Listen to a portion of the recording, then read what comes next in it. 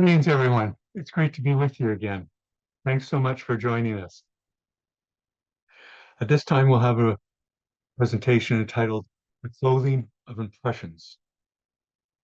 Now, picture number 2 of the 2016 Rosicrucian Digest contains a very helpful article by Erwin Watermeyer entitled Two Practical Principles. One of its key insights is that conveyances from the cosmic mind and subconscious needs to be clothed in impressions of the 5 objective senses if the outer self is to comprehend them. Similarly, the AMORC drama, Cagliostro, has a statement by this master at his trial declaring that truth, to be eternal, must be clothed in the attire of the times if it is to be embraced by the people who live in them. We will follow up on these important insights in examining how we learn the truths of life through all our impressions and intriguing encounters in daily living. We can also apply these Rosicrucian laws and principles to actively elicit the comprehension of the master within and draw us into the experience of cosmic consciousness.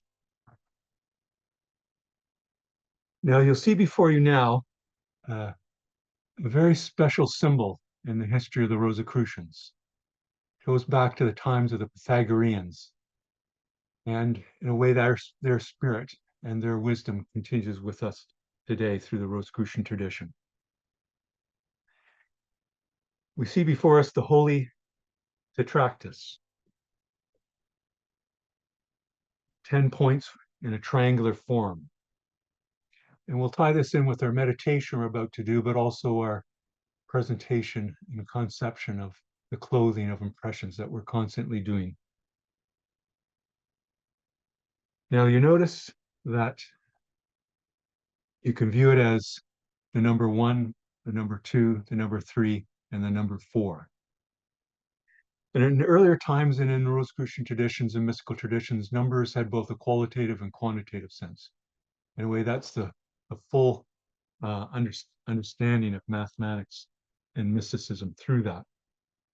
The monad, or the 1, is here. The dyad here is, for example, limited and unlimited. There's the various Pythagorean pairs. Also associated with power, just as the monad is associated with unity. Here we have the trinity, the triad, associated with harmony. And here we have the tetrad associated with the cosmos. The cosmos we're going to always experiencing, but we'll have a richer experience of it shortly as we ascend in meditation. Now that they add up to the number 10.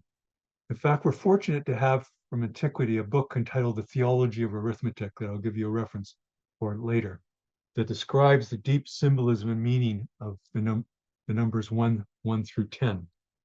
It was attributed to Amblicius, the Neo-Pythagorean philosopher, but it's most likely not written by him, but by a student.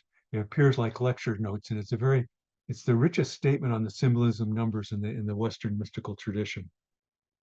The tetractys in the number 4 is also, of course, associated with earth, air, fire, and water, basic constituents, both in a symbolic sense and a certain literal sense in the universe.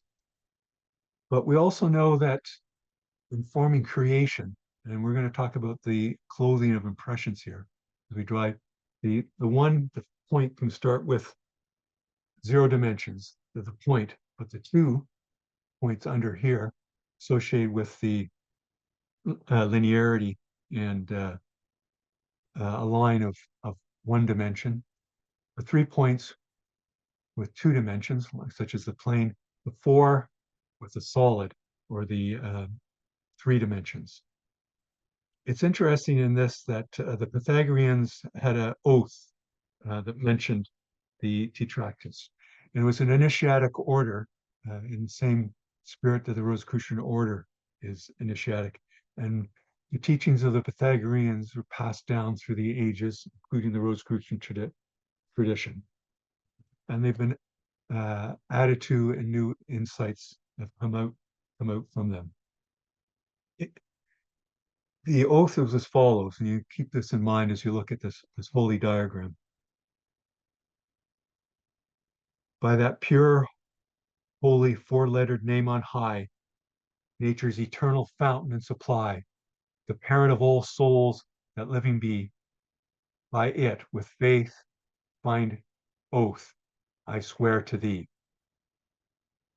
You see, the Pythagorean musical system that came of the conception that all is vibration, and back of vibration is number in geometry.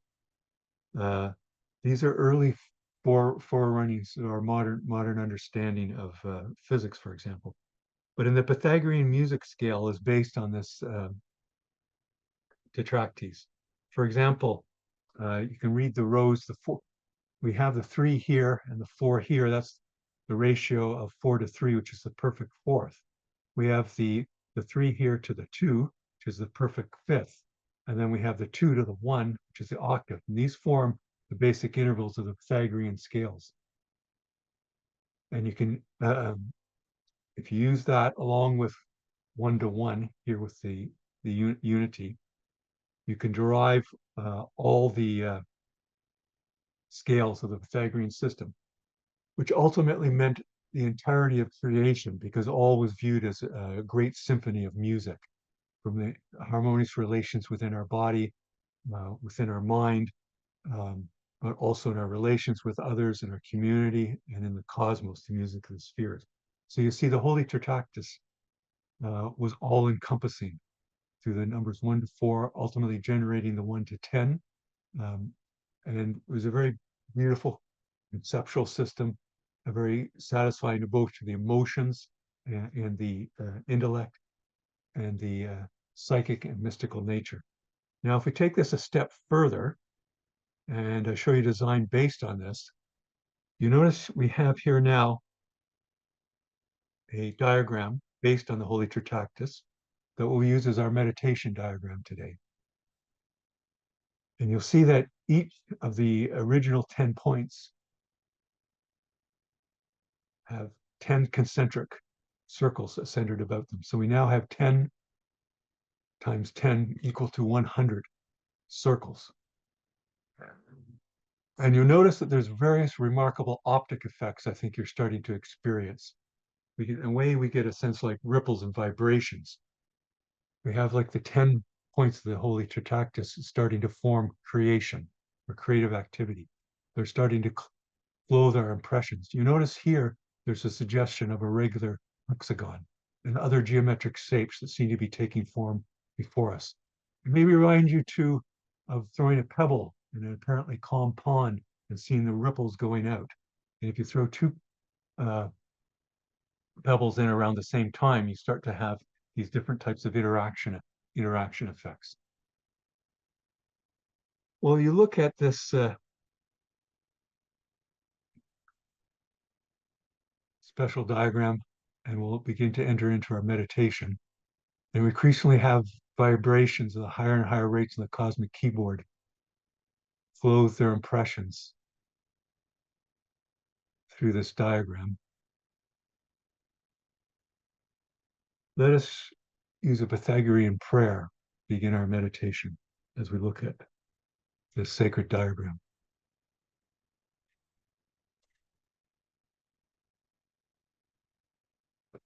Bless us, divine number, thou who generated gods and all people. O holy, holy Tetractys, thou containest the root and source of the eternally flowing creation. For the divine number begins with the profound, pure unity until it comes to the holy four.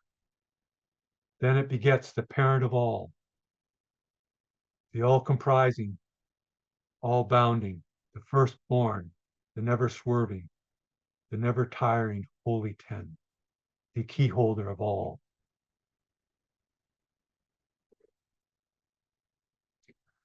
I invite you with your eyes still open. Just take some deep neutral breaths. You can let your eyes relax and enter into the Holy Tritractus. So later we'll turn even more inwardly by closing our eyes, but just take in this wondrous work before us, a manifestation of the divine, representing all laws and principles.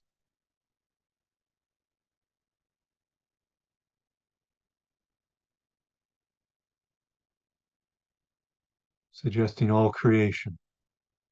Just enjoy the gentle rhythm of the breath. Breathe in a neutral way, either holding the inhalation or holding the exhalation. I invite you now to extend your exhalation a little longer than the inhalation. And feel the relaxation effect that occurs by that action. By extending the exhalation longer than the inhalation, we stimulate the great vagus nerve. And by the vibration of our breath, the incoming, the outgoing, let us take in ever more the vibrations suggested by the Holy Tritractus before us.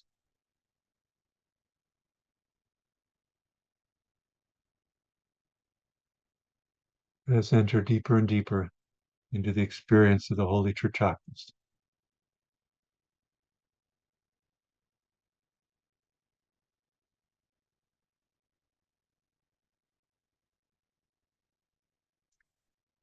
I invite you with the incoming of the breath, feel the increasing experience of the vitality, the vital life force, the VLF.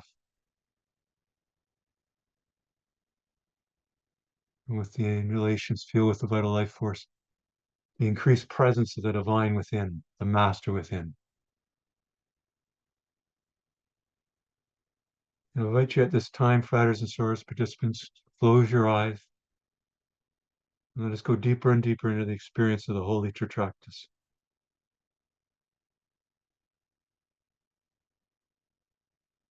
Representing the divine, the totality of creation, and the universal intelligence back of it. Just enjoy the gentle rhythm of the breath.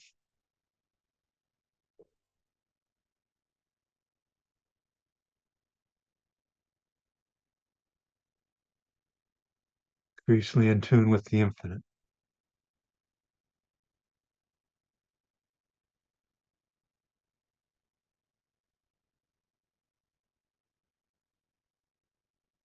Feel how the highest rates of vibration are dampening down, be clothed in impressions comprehensible to the outer mind.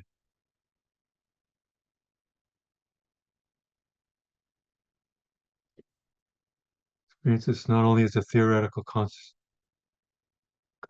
but an actual experience.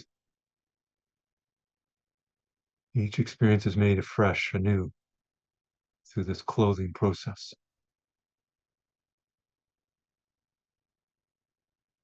This way, the eternal comes into time. The infinite plane meets the finite plane through this clothing of impressions.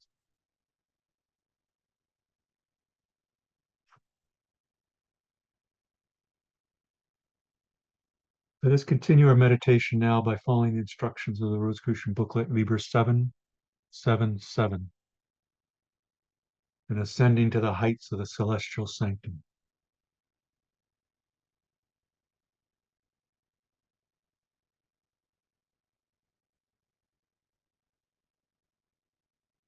Begin with this ascent.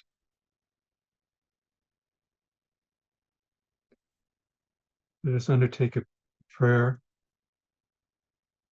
purification, and an invocation. I invite you to say with me now, may the divine essence of the cosmic infuse my being and cleanse me of all impurities of mind and body, that I may enter into the celestial sanctum in tune, in pureness and in worthiness. So mote it be. Now, fratres and sorors and participants, let us continue in our meditation to ascend up from wherever we're situated, our home, our office, rising up over our home or building, over our neighborhood, our local geographic area, be it town or city or fields, up over our county, and now even our province or state, and even our great nation or country, going faster and faster. Use all your spiritual inner force and imagination. And clothe these impressions of a higher spiritual nature as we rise faster and faster, way beyond the speed of light, out beyond our continent, our hemisphere, the beautiful blue jewel of the earth rotating about its axis, and the moon revolving about it. And we see the great fiery ball of the sun and the wondrous elliptical orbits, the planets of our solar system. We continue to rise faster and faster, past myriad stars and stellar phenomena, the pulsars, the quasars, and black holes helping balance the universe. The great cosmic webs connecting the myriad stars of the Milky Way galaxy and the nebulae. We rise faster and faster, enjoying the exhilaration of the ascent. Sense the great arm of our local home, the Milky Way galaxy, with its great spiral of arms. Let us exit out from our local galaxy and see out around us myriad stars and galaxies and nebula. The great harmony of the spheres, the wondrous music, the great rates of vibration on the Rosicrucians refer to as the cosmic keyboard. Indeed, the cosmos is a great sea of vibrations, all following number and geometry, expressed through the Holy Tetractys, known to the Pythagoreans. Let's continue to rise up higher and higher on our great journey through the cosmos as we'll apply the law of correspondence, as above, so below. For as we make our great ascent upward, we'll go deeper and deeper within ourselves to the divine within. Keep going faster and faster. You enjoy the exhilaration of the ascent. We'll apply the law of cosmic attunement. We're sensing the vastness of the cosmos about us. Gives us the deep inner impression of the vastness of the divine within. Our impression of the cosmos helps clothe the impressions of the divine within, the mirroring of the finite plane and the infinite plane. As we rise higher and higher, let us come now to our celestial sanctum at the center of the universe, the center about which the great cosmic axis rotates through. And at the center, the midpoint of the cosmic axis, let us slow up and dwell there. You may wish to picture other seekers and visible, invisible masters there, communing with the cosmic with you.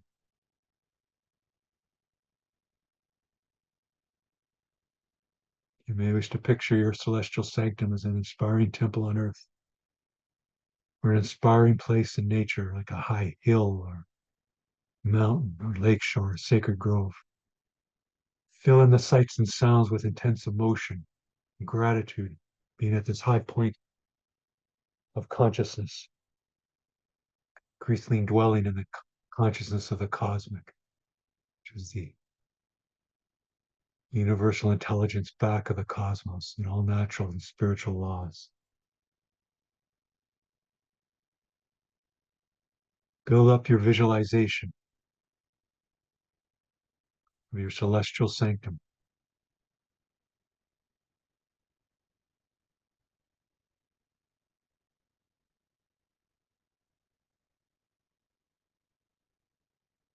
Enjoy the great enrichment being the heights of the celestial sanctum.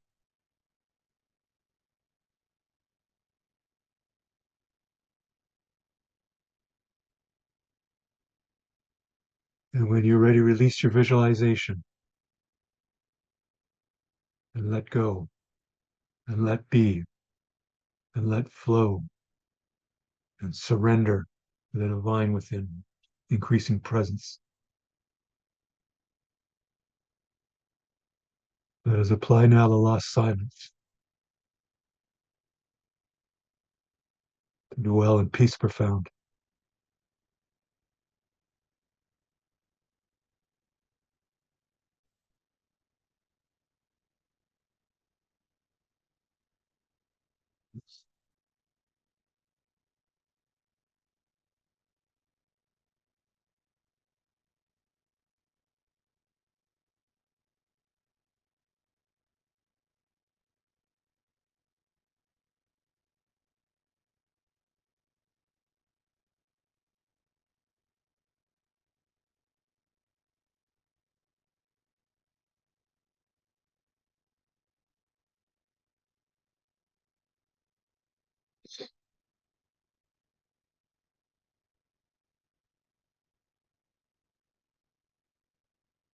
As you find your mind wandering, just lovingly and gently bring it back to the discipline of the breath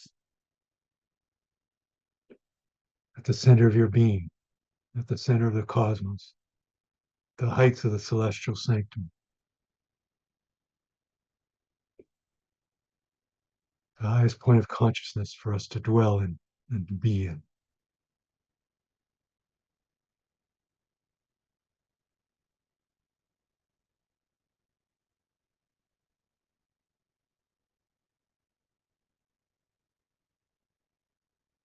Just continue to let go, surrender. We've used impressions to clothe our celestial sanctum.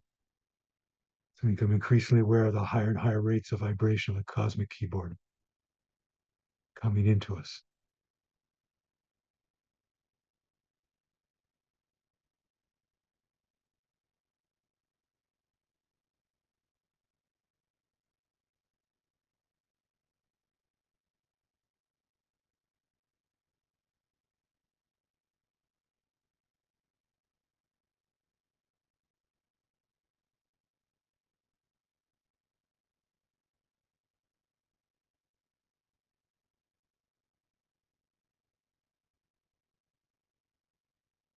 Let us continue now our meditation, conducting another spiritual operation of the work and worship of the Rosicrucian order AMORC.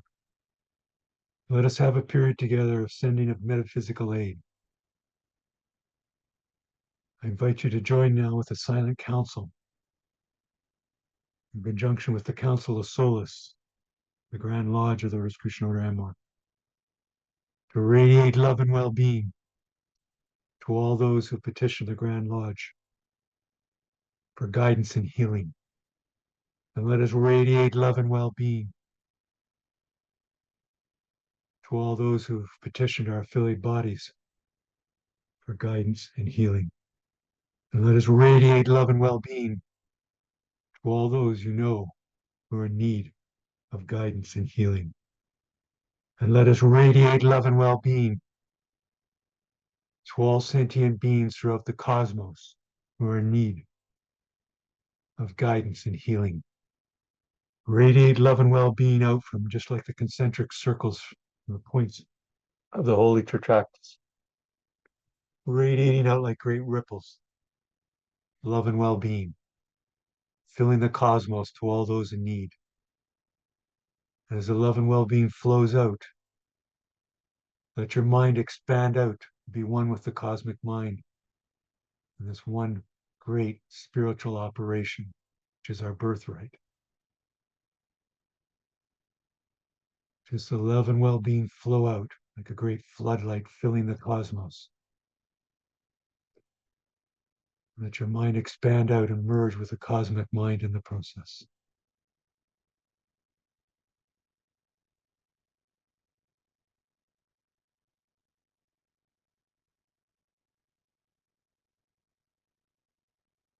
Feel an exhilaration just like rising to the heights of the celestial sanctum as you radiate the love and well-being out.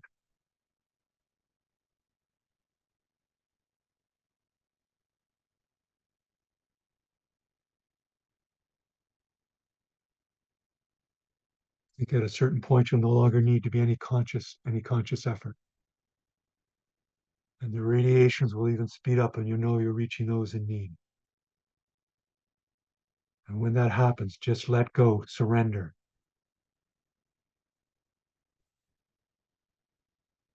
And let the flow and the fulfillment of the law of service continue.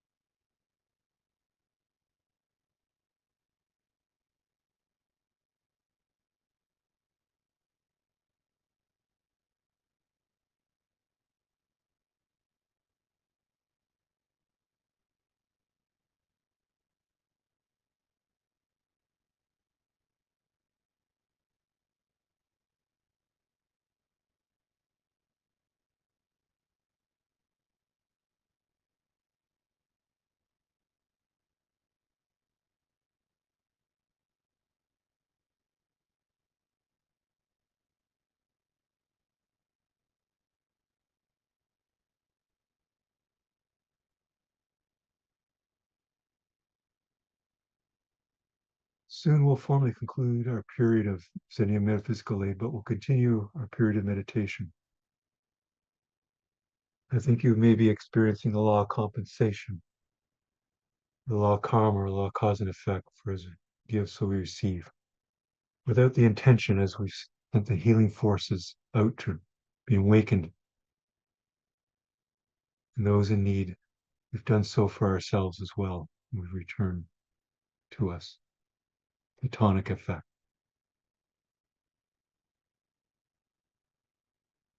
Before we conclude this period of sending of metaphysical aid,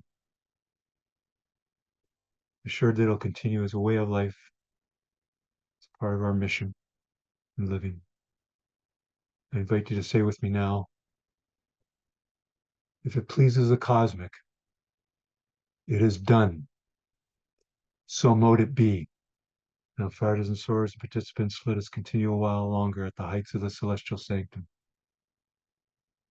assuming the cosmic mind. We need to merge our mind with the cosmic mind, experiencing as the cosmic mind experiences, being the cosmic mind now.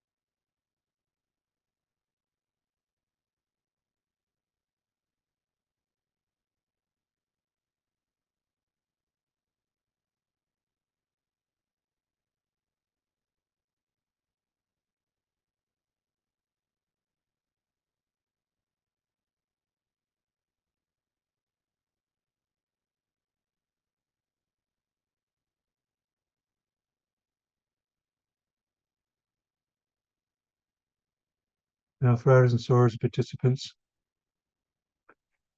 soon will descend from the heights of the celestial sanctum. This time you may wish to invoke the law of gratitude.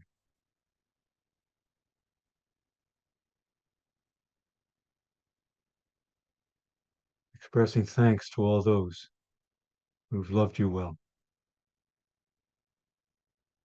all those who have taught you well, all those who have sacrificed well on your behalf.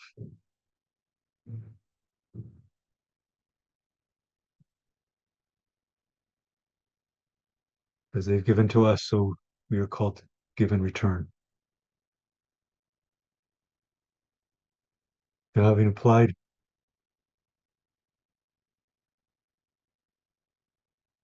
more than 40 Rosicrucian laws and principles, some of which are explicitly enunciated, let us begin our descent from the heights of celestial sanctum. With this prayer of gratitude on our lips, fulfilling our birthright in cosmic attunement and in service, let us speed past the myriad galaxies, the clusters of galaxies, the superclusters of galaxies, the nebulae, enjoying the exhilaration of the descent and the great harmony of the spheres, the music of the cosmos, the musica mundana, past the myriad stellar phenomena, quasars, the pulsars, black holes balancing the universe, the great system and order of the cosmos and cosmic before us.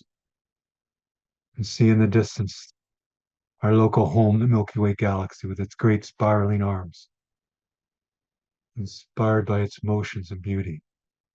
Let us plunge into the great arm, which is where we dwell, past the myriad nebulae, quasars, pulsars, asteroids, rogue planets, interstellar gases connecting the stars. And see in the distance the elliptical orbits of the planets of our solar system, the great fiery ball of the sun, the beautiful blue jewel of the earth. Let us return back to that great rotating ball, an oblate spheroid, to the hemisphere where we left off, the continent, the great nation and country where we dwell, the province or state, our local county, geographic area, city or town, the building or home where we left off. And let us say together another prayer of invocation.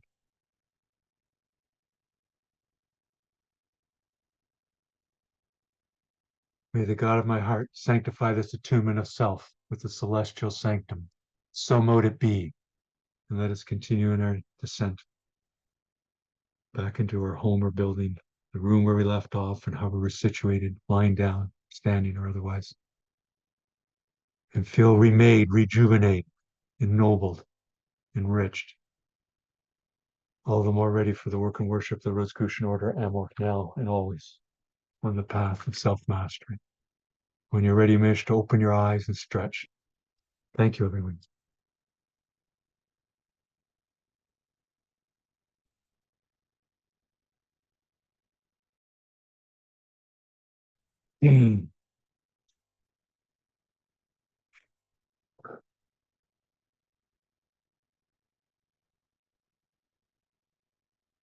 Now we'll continue our presentation, The Clothing of Impressions.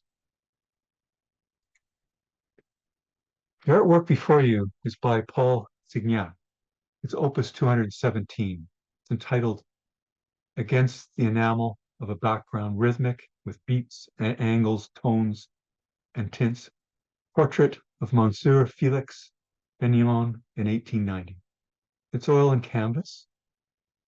It's about 73.5 centimeters high by a width of 92.5 centimeters. Possibly you've seen it in the Museum of Modern Art in New York City. It was a work by Paul Signac as a homage to his friend and patron, Felix Fenelon. Felix Fenelon was a great supporter of the arts, and he helped make the world a more beautiful place by its support. It also shows the dynamic action and fidelity that we can live our lives with, and how we can use the clothing of our impressions through colors and other audio, taste, touch, smell, to enrich our world. In a way, the artist is conveying the artistic experience, the creative process, the law of creativity. And the clothing of impressions allows us to do that through the dampening down the higher and higher impressions, the higher and higher rates of vibration of the cosmic into the world in a dynamic action, which this painting is very suggestive of. To explicate this further, inspired by this work, I want to mention again to you about the Chaldney plate. Recall that Ernest Florenz Friedrich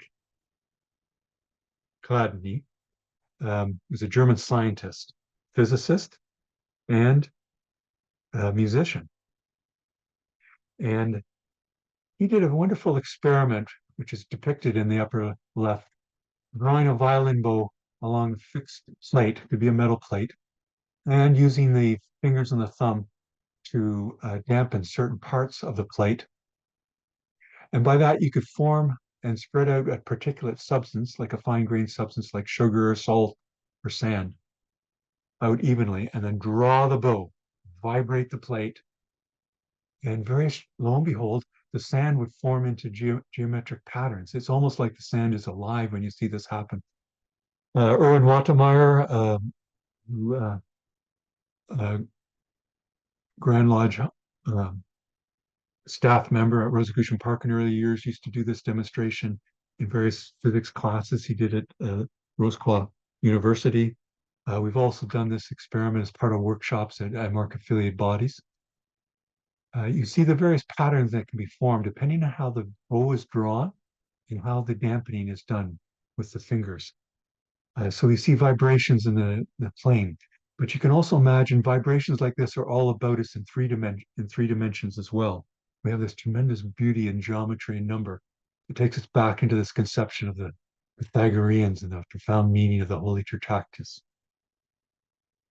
Now, one of the things that's special about this is we can apply the law of analogy. You can think of the plate in a way being like the screen of your consciousness and vibrations coming to it. They can be that of a higher spiritual nature, from higher octaves in the cosmic keyboard. But then we use memories of impressions of a physical nature to clothe them. That's like the sand that's then going to the parts of the plate, part of the medium that are nodes or are not vibrating. So they go, all the other places are like valleys and mountains between them as they vibrate. But then there's those parts that are they're not part of the valley, not part of the mountain. They're the in-between parts that stay stationary, just like with the thumb and the finger here is forcing those parts to be stationary. That's where the sand is going to form these patterns. Similar in all these other ones, done in a similar fashion, bearing the bow, draw, and where the hand is placed. Similarly, when we receive profound impressions, like for example in meditation we just did, you may have an experience of joy. Often that will be accompanied for the outer mind, the objective, through the impressions that have come in through the objective consciousness and in the subjective consciousness. There's a drawing on memories from the subconscious. The deep vibrations are coming up through the subconscious mind that have ultimately come from the cosmic mind, are clothed. The memories are like the sand coming together to form the patterns. You may have an uplifting experience of joy. We use the terms like, even in our language, like uplifting, that sensing like the physical rising, the sense of moving upward, that sense that we've had of rising up in an elevator or stairs. We apply that to have that sense of that uplifting experience of illumination is clothed in that way, and the outer mind then senses more deeply what's going on within us. So this is a beautiful analogy that the Rosicrucians have used to convey this idea of clothing impressions. I'll also mention in this regard that we're encouraged as Rosicrucian students to have a rich storehouse of memories, of images, of sounds. It could be music and sensations, the five physical senses. And this helps us have a rich resource of granular material like the sand to clothe those different types of impressions. These diagrams here are like joy, they're like love. They're all these deeper spiritual qualities and virtues. They're like that. They can help the outer mind clothe them and appreciate what they are. Now, especially when we experience what's referred to as cosmic consciousness, or the consciousness of the cosmic that we entered in meditation, it's true we go deep into that experience. We went deeper and deeper within ourselves, and that was mirrored in that ascent to the heights of the celestial sanctum. Our rising up in the cosmos also helped close impressions that we're moving from the finite into the infinite, from the limited to the unlimited, the restricted to the vast. All these things were enclosing impressions to help draw the cosmic experience to us. Now, in this, it could be wondered, well, how about a child? And that's been asked, can a child experience cosmic consciousness? And the answer is yes. It is their birthright to do so. But for a child, it will have to work with the impressions it has in this incarnation. It can draw to a degree on the ones it's had in previous incarnations, if you follow the doctrine of reincarnation. So it will convey to the infant's mind, clothe the impressions to convey that wondrous all-lovingness, all-knowledge, all-knowingness, sense of eternity. But if we have that rich storehouse of memories, we have a rich knowledge of music and poetry and scientific work and culinary arts, all those things that can be used to draw impressions of the enriching experiences of beauty to the cosmic experience. We can have all the more understanding of cosmic consciousness as we mature. Now, it's true in spiritual experiences when we wonder, well, this person is a Buddhist experiences in their mystical experience. They may have, though it went beyond images, they may for a time experience an image of the Buddha. Or a person's a Christian may experience a particular saint, or a person who's of a Hindu background may experience Lakshmi, for example, a particular deity representative of the one divine Brahma. You can see that as higher rates of vibration are being dampened down for impressions, and you're taking what the culture that one's been raised in to clothe those impressions. If the person had a similar type of mystical experience, who was instead of being a Buddhist, they've seen experience associated with the teachings of the Buddha and imagery they're used to, it would be clothed in that of, say, they're a Christian, in that of a saint, or of inspiring teachings of the Bible, for example, the heavenly Jerusalem, and so forth. It's not to take away from the deep quality of those signs and symbols that are associated in our subconscious. But in the mystical experience, there's a going beyond time, there's going beyond space, there's going beyond symbol and impressions. But the outer mind needs these impressions, just like we see the different diagrams that are formed by the sands or the materials of our outer mind. In this regard, too, I'd like to mention some more about this clothing of impressions. And we'll use that with a very beautiful work that I know you're familiar with by the Rosicrucian artist Nico Mendes Gomez. This is entitled The Cosmic Keyboard, and you can see the cosmic keyboard depicted here. And I'll give you a reference on that from the Rose Quad Journal, which was a cover on several years ago. This is mixed media of Gaussian pen on board panel, and it's a fairly large work of 155.5 centimeters by 98.5 centimeters, and it dates from 1961. In fact, we can see the 1961 and Gomez signature here. In a way, we're seeing before us a great clothing of the cosmic keyboard, clothing of impressions. To give you an example of further clothing of impressions, think of the renowned mystic John of the Cross, the poet and religious reformer. While he was being held in a prison cell, a person or a passerby was singing a popular poignant song in Spanish just outside the building where he was being held. And the song sung of dying for love. having a very romantic aspect to it, but also that romantic love in a way is a sign and signature for divine love. And the song asked, I'm dying for love, what can I do? In a way, this is the human condition. And the song said, then just die. And when John of the Cross heard that, he just surrendered completely. Just like we surrendered during our meditation period. We let go, we let flow, we let be. We entered into the rapport with the divine within. When that happened, John had one of the major mystical ascents of his life. Hearing that poignant song helped clothe the non-physical vibrations into a comprehensible form for the outer self, an experiencing of the consciousness of the cosmic. It was one with the one. In a way, the work of art before us came about through that means by our artist Nicomedes Gomez, his ascents to the heights of the celestial sanctum and impressions received there, experiences that flood forth for creativity and service, a greater expanded understanding.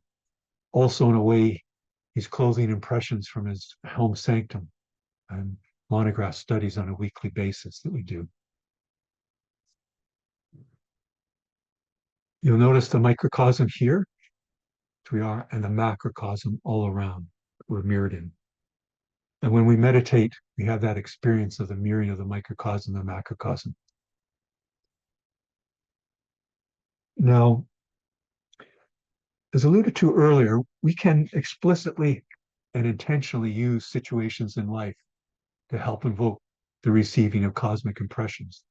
Now, it's true after meditation, there may be something a person says to us, or we hear a song like John of the Cross did, and that helps bring out that great fiery experience, the divine with divine love within us. We may even have during their time of meditate, time of that experience, realize that all that impression started to come up during meditation, but I needed something more to clothe it, to appreciate it, the more experience for the outer self to have the complete experience. Our deepest part of our nature, in a sense, had the experience already, but then it becomes more complete and more able to apply it in self-mastery and return to it. And the outer self has also had that experience. We complete the circle then, you see, in your comprehension at all levels or all senses. But we can also use this principle and law to take experiences, like say you're walking up a stairs, or you're ascending a hill, or you're going by a seashore or a lakeshore, or you see a very beautiful tree, or you see a couple together, or people sharing their friendship. You can use that as something to clothe a deeper inner impression in us and go more deeply. You know, often I think you found when you're overlooking a sea, for example, that vastness suggests not only that physical space, but also that sense of inner vastness, the vastness that's behind the universal intelligence gives rise to the lake, and the ocean, and the cosmos. Also, we can think of the world that we live in, and even our bodies is depicted here and shown by Nicomedes Gomez's work here. That the world and its individual elements can act as signs or signatures of the laws, principles, and lessons of the cosmic and the cosmic mind. This is one of the esoteric principles in this work of art. You notice in here the Kabbalistic tree of life, for example, in addition to the cosmic keyboard. There's the signs of the zodiac. There's the atomic energy. There's a suggestion of vibrations. There's the center core, the principle of the center, at the positive and the negative polarity outside of the positive polarity. Same to here, same with the human being. That the universe has in it and back of it the universal intelligence. In this manner, we can increasingly draw ourselves into the realization and the rapport with the cosmic, and increasingly work with and identify with the master within. At this time, I'd like to ask Karen to paste in the chat for you some resources for the presentation before we have our conclusion.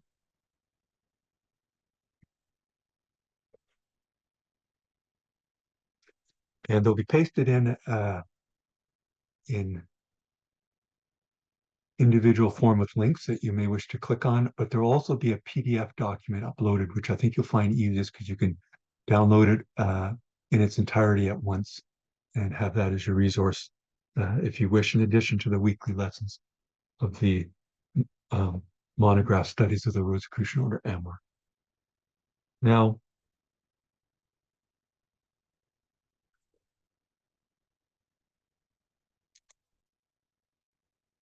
in conclusion,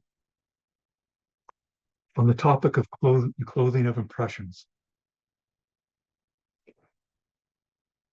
we've explored the ramifications of issue number 2, 2016 Rosicrucian Digest, that had the very helpful article by Erwin Watermeyer entitled Two Practical Principles, which had one of its key insights that we've elaborated on, is that conveyances of the cosmic mind and the subconscious need to be clothed in the impressions of the 5 objective senses if the outer self is to comprehend them.